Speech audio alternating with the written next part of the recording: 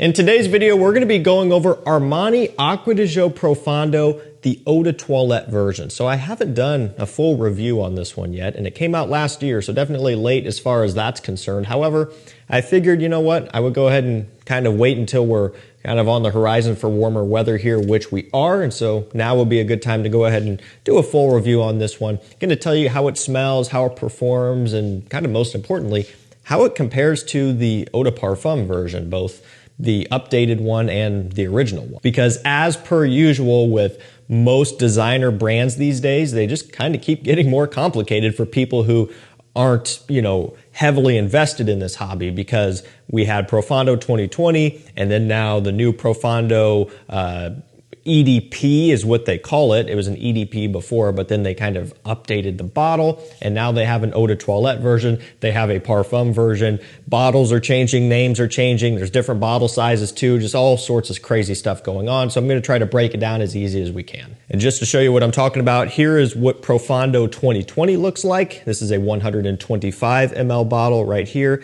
And then here is what Profondo EDP, the refresh, looks like. And this is a 100 milliliter bottle. So we're going to just cover all of this. So going back to the Eau de Toilette, let's start off with how this one smells. Now, when you first spray it, you're hit with an immediate, bright, fresh, and effervescent blast of citrus and mineral notes and ambroxan for sure, and just kind of watery notes to go along with it as well. It immediately is Profondo. There's no doubt about it. You could tell right away if you've had any experience wearing Profondo, even if you haven't worn it a ton, you know it just enough, you're going to be able to tell that they are very similar. But what you'll also notice, and especially for people who have spent a lot of time wearing Profondo, is that this Eau de Toilette is much brighter off the opening. And I've got to tell you, the second I sprayed this one for the first time, it was an immediate love because of how bright and fresh it is. The opening is probably the best part about this scent for me. I mean, it is absolutely amazing. Punchy, vibrant, bright. Now you have to be careful. When you do several sprays in one spot, like I just did, you get a little bit of perfumer's alcohol smell. So be careful with that. If you just do like one spray here and then one spray over here, it's not as big of an issue, but kind of blasting in one area with all of this stuff, at once, you're going to get some of that. So let it settle for a second. But when you go back in, man, it is so, so good. Again, to use the word effervescent, just this kind of sparkling vibrance that it has, along with all of the citrus as well. It is really a beautiful scent to start. And again, Profondo opens up fresh as well, but this Eau de Toilette version does take it to the next level. Now, there's kind of a grapefruit lemon mixture going on in here, and almost the slightest bit of a lime type of feel. Now, they don't list off lime. Again, it's lemon and grapefruit in terms of what you get off the opening, in terms of what they provide to us, I should say. But to me, it is so vibrant, and there's just a little bit of a sour punch to it, to where it almost alludes to a little bit of like a green lime accord, just a little, just a slight bit. And that's something that I didn't really get in regular Profondo, or, the original 2020 and the updated EDP. You get citrus, of course, but it's not to that level of brightness. The other thing that's worth noting is Profondo EDP is opening up with some orange as well. I think it's like a green mandarin orange is what they list off, and you do pick up on it. It gives it this orangey, kind of creamy, citrusy smell as well. No orange in the Eau de Toilette, and it shows, right? They don't just remove it from the note breakdown and leave it in the scent. Like, you actually don't pick up on it here either. Again, it really focuses in on that lemon, lime, kind of grapefruit smell, instead of having that orange in here, which I like. I'm okay with that, because we already have Profondo regular, right? So it's not like we need them both to be exactly the same here. We're wanting some variance between the two, and that difference there, while it might be minor for some people, if you've spent a lot of time with the scent, you'll be able to pick up on it pretty easily. It's kind of a key component that is missing, or has been changed, I should say. And I really like it. That also adds to the bright, punchy sourness of this, because you're kind of removing that creamy orange or mandarin orange accord a little bit. So let's go and take a look at the full note breakdown on this one. So up top, we have lemon, grapefruit, and spices. In the mid, we have cologne, lavender, and cypress.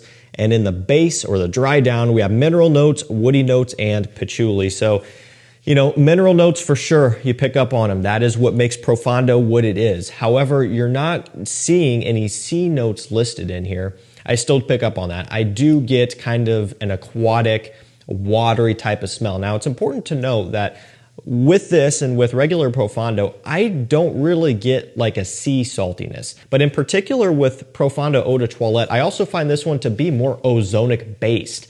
It does have, again, that watery smell, but it has even more so of an airy, light, kind of wispy smell about it that Profondo EDP has, but this one just takes it to the next level even more, just alluding to more of a bright freshness. And when you look into the note breakdown, that is what the note of cologne does. It's obviously a synthetic ingredient here, but it's produced to kind of emulate this light, airy type of effervescent smell that we're describing. So that's where that's coming from, and you pick up on it to a high degree. You know, Profondo has always been a summer scent, right? I mean, that's when I would wear Acqua di Gio Profondo. I think that's what most of us would wear. And there's no problems with wearing Profondo EDP in the high summer heat. However, there's no doubt that this Eau de Toilette version will be more well suited for really, really high heat, you know, when it's like scorching hot, very humid, very just hot in general, high temperatures to go along with that humidity.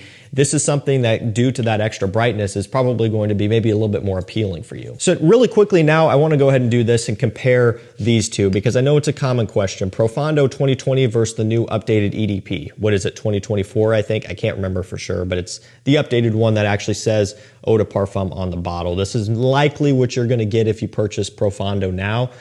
This is the 2020 that is being, well, has been phased out. Some still exists on discounters. But anyway, the differences are very minor between these two, at least for me, not to the point where it's worth like, oh, this one smells better or this one smells better or this and that.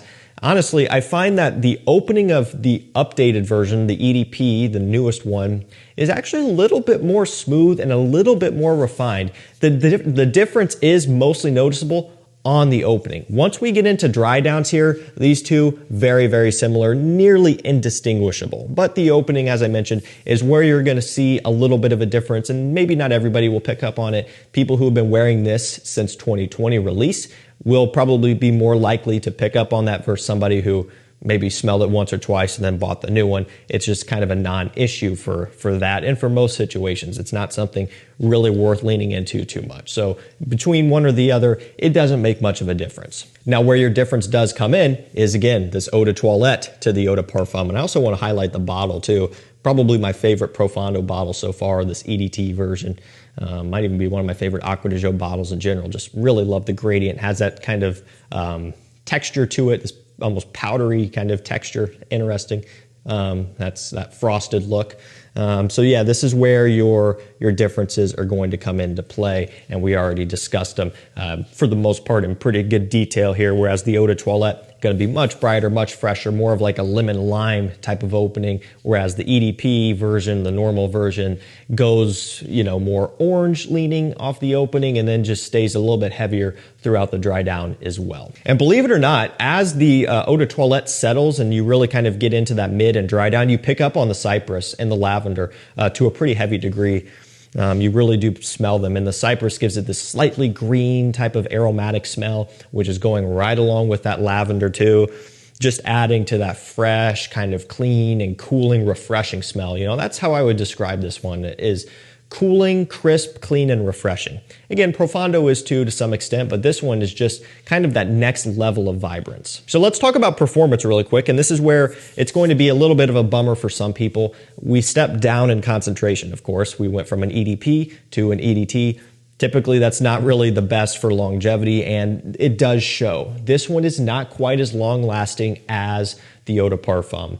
Now, the Eau de Parfum has always been a pretty good performer on my skin, usually around 9 hours or so on average. This is going to be somewhere around in the ballpark of 7-ish, at least on me, okay? And that's still pretty usable, meaning at around that 7 mark, it's still having some life left in it to where it's maybe just having a little bit of a push or a little bit of a waft to where it's still perceivable. Not a completely dead skin scent just yet, but it's getting there at that point. You know, projection, when you first spray it, is pretty solid, but I find that it also settles down and kind of backs off pretty quickly too, you know, which for an eau de toilette isn't always the case. Typically an EDT will have that push a lot longer. This one, not so much. Even with a few heavy sprays, you get a little bit for a while, but it does back off into more of a personal bubble type of scent pretty quickly. So performance across the board is going to be less on this eau de toilette version compared to the EDP. And you know, it's disappointing, but at the same time kind of expected. And for me, again, I love how this one smells. I love Profondo, but this eau de toilette version, that bright, vibrant, punchy, and sour opening, it makes it worth it to me. And as I've said before in other videos and in passing and stuff, I have my ways of dealing with lesser performing scents. And keep in mind, we're so spoiled with 12+ hour parfum scents these days, but we kind of have to just stay realistic here. But what I always say is, if I'm going to a situation where I'm going to be out and about for 12, 13 hours all day long, I'm not going to wear a Profondo EDT, right? Because then it's going to wear off and I'm probably going to be upset about it. I wear something that has that performance for that situation, right? However, for situations where I'm either hanging out at home, got a couple errands to run for a couple hours, I always bring up grocery shopping and just, you know, silly stuff like that where you're just out for a little bit. Something like this is perfect. You don't need 10 hours of longevity for that. You're going out, you smell good and clean and fresh for the time that you're out, and probably getting some pretty good projection and just some trail throughout that wearing experience as well. And then you go home and it doesn't really matter if it wears off. You can reapply it again and keep enjoying it for yourself if you would like to. But that's kind of what I do for stuff like this. Same thing with all the John Varvatos fresh scents, which have never performed good. They're notoriously bad performers. I don't wear those out and about for long times or long periods of time. Usually I wear them when I'm at home, you know. It's just in the summertime, in the spring, working outside for a little bit, wear one of those. You don't need the good performance. So yeah, that's the main downside of this one. Lower concentration means not quite as much of an impact in terms of that longevity here. But overall, what are my thoughts on Profondo EDT? I love it. It's going to be redundant for some people because it's still very similar, right? The main differences are going to be that opening and some variances in the dry down as well. It's still a little bit more airy and light, but still it's a Profondo, right? And they don't go too far with it like the Parfum. So it will be redundant. I don't think that everybody needs it necessarily. But if you're a big fan of Profondo and you like the idea of a lighter, brighter, fresher take, the eau de toilette is not going to let you down. This is also the cheapest Profondo. Typically $80 or $85 for a 100 ml full presentation like this is what you can get it for. I'll have it linked down below. Typically EDP is like around 100 or so, we'll just say. So a little bit cheaper and, you know, kind of more of an entry-level price point, comparatively speaking, if that's something that's important to you. This is absolutely perfect for the upcoming spring and summer months especially, and if you can get it for 80 bucks, 85 bucks right now, I would jump on it. Alrighty guys, that's gonna do it for me. My thoughts on Acqua di Gio Profondo, the eau de toilette version. I love it, but I knew I was going to. Let me know what you think of this one. Is it too redundant for you? Is it not a good enough performer for you, or do you really like it? Does it fit your needs? Let me know down below. Thank you guys so much for watching. Stay safe, stay healthy, and we'll see you tomorrow with another one. Take care.